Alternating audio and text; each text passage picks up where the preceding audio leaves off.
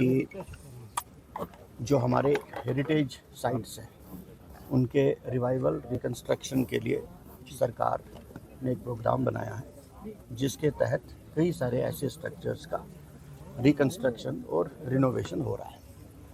तो अभी पिछले साल कुछ ऐसे साइट्स अप्रूव हुए थे, उसमें से एक साइट ये कात्यायनी देवी जी का मंदिर भी है।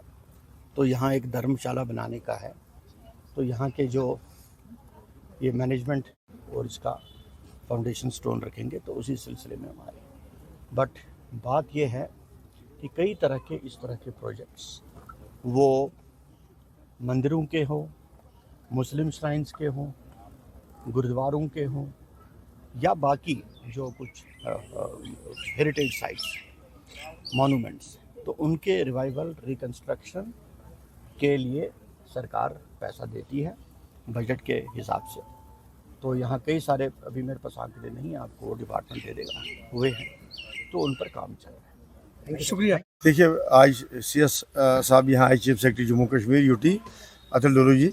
हाँ, ये सही है कि इसका जो निर्माण जो 1970 में कैप्टन नारायण सिंह जी ने किया था। मंदिर तो बहुत प्राचीन है, उससे बहुत पहले, पर उन्होंने भव्य मंदिर बनाया था, बहुत बड़ा मंदिर और धर्मशाला।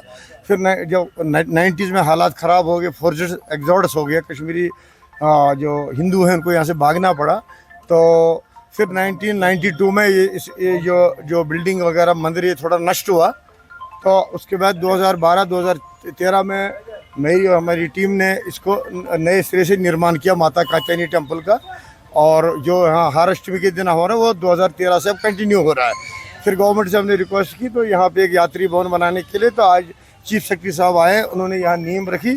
और जो करीबन 2 करोड़ का प्रोजेक्ट है, जिसमें कुछ रूम बनेंगे, टॉयलेट्स बनेंगे, ताकि यात्रियों को आगे के लिए और सुविधा हो जाएगी। इसका हम खैर मकदम करते हैं। कितनी सुविधा होगी यात्रियों का स्पेशली, और जो इसके यहाँ पे एनुअल हवन भी होता है, तो कितनी सुविधा? तो मुझे लग रहा है कि अभी जैसे हमने एक बिल्डिंग बनाई थी धर्मशाला, लेकिन इसके बनने से कम हमारे 90% रहने के इश्यूज जो है हल हो जाएंगे। और आशा करते हैं कि सरकार जो है इसमें और सहायता करेगी और जगहों पे भी करेगी, करने की ज़रूरत है। उसके लिए हम आभारी हैं सरकार से। खास पैगाम? बस पैगाम यही है कि हम लोग भी सिंसियर हैं और सरकार भी सिंसियर बने।